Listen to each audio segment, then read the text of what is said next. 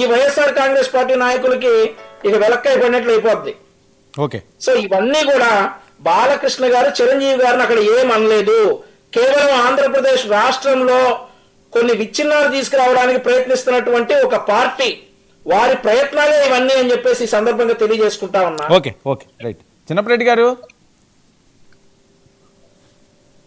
Sir 99 వీక్షకులకు అలాగే panel సభ్యులందరూ కూడా నమస్కారం సార్. ఎందుకు సార్ ఏమీ లేని దాన్ని ఏదేదో చేస్తున్నారట? సరే ఏమీ లేని ఈ చర్చ మీరెందుకు పెట్టినట్టు? విషయం ఉంది కాబట్టే పెట్టినట్టు. వైఎస్ఆర్ కాంగ్రెస్ పార్టీ పుట్టించినటువంటి మాట కాదు. మందు బాబులు బజార్లో తాగేటటువంటి మందు బాబులు కోట్ర పుట్టి తాగి మాట్లాడినట్టు మాట్లాడారు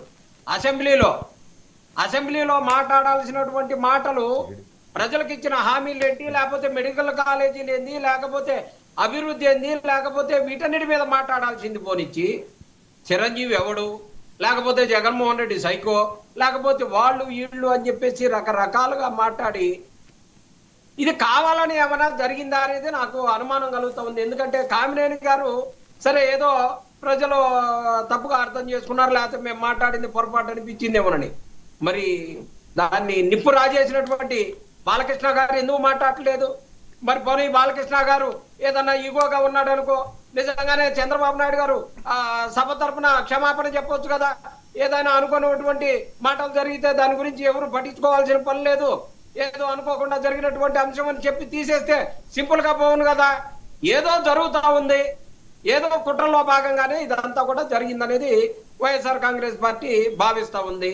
అయినా వైఎస్ఆర్ కాంగ్రెస్ పార్టీ అధ్యక్షులు జగన్మోహన్ రెడ్డి గారు ఈ రాష్ట్రంలో ఎవ్వరికి ఇవ్వనంత గౌరవాన్ని చిరంజీవి గారికి ఇచ్చి కుటుంబ సమేతంగా మెట్ల దాకా వచ్చి ఎదురు తీసుకెళ్లి ఆయనకి కూర్చోబెట్టి వాళ్ళ కుటుంబానికి అందరు కూడా భోజనం పెట్టి మళ్ళీ రిటర్న్ కూడా మెట్లు దిగి ఆయన్ని వదిలిపెట్టి పోయిన పరిస్థితి ఉంటే, మరి మొన్న తెలంగాణలో జరిగినటువంటి ముఖ్యమంత్రి సభకి పోయిన ముఖ్యమంత్రి గారిని కలవటానికి పోయినప్పుడు కాలు మీద కాలు వేసుకొని ముప్పాతిక వంగి ఇలా కూర్చొని మాట్లాడినట్టువేమో హాయిగా ఉంది వీళ్ళకి. జగన్మోహన్ రెడ్డి గారు ఎదురొచ్చి సాధారణంగా స్వాగతం పలికినారని ఇలా చిరంజీవి గారు వాస్తవాలని నిజం అనేది నిదానంగానైనా డెఫినెట్ గా బయటకు వస్తుంది అనే దానికి ఇది పెద్ద ఉదాహరణ. ఆ రోజు ఏం మాట్లాడారు, ఆ రోజు ఏం చేశారు అనేది బయటకు వచ్చి స్వయాన సినిమా హీరోలందరూ కూడా చెప్పినటువంటి పరిస్థితి. కానీ కుట్రపూరితంగా పవన్ కళ్యాణ్ గారు ఆ అంశాన్ని వాడుకొని ఈ రోజు డిప్యూటీ ముఖ్యమంత్రి అయ్యాడు. ఈ రోజు ఆ వాస్తవాలను బయటకు వచ్చినాయి కాబట్టి ఇలా ఏం చేయాలో అర్థం కాదండి. ఇప్పుడు చిరంజీవి గారిని అవమానించారన్న మాటతోటి ఆయన డిప్యూటీ సీఎం అయ్యారా? అంతే. మరి చిరంజీవి భిక్ష లేకుండా హీరో కాలేదు, చిరంజీవి భిక్ష లేకుండా ఆయన డిప్యూటీ సీఎం కాలేదు కదా. అర్థమవుతలేదా? పార్టీ చిరంజీవి కాదండి, పార్టీ చిరంజీవి గారిది కాదు కదా, పవన్ కళ్యాణ్ గారిది కదా. చిరంజీవి గారి పార్టీయా, చిరంజీవి గారి తమ్ముడు పార్టీయా, అంతా ఆ బ్లడ్ వాళ్ళది బ్రీడ్ వేరు, వీళ్ళ బ్లడ్ వీళ్ళ బ్రీడ్ వేరు. వీళ్ళు వాళ్ళు ఒకటి కాదు కదా. మీదేంటి? మీదేం బ్లడ్, మీదేం బ్రీడ్? ఓకే, వాళ్ళది ఓకే.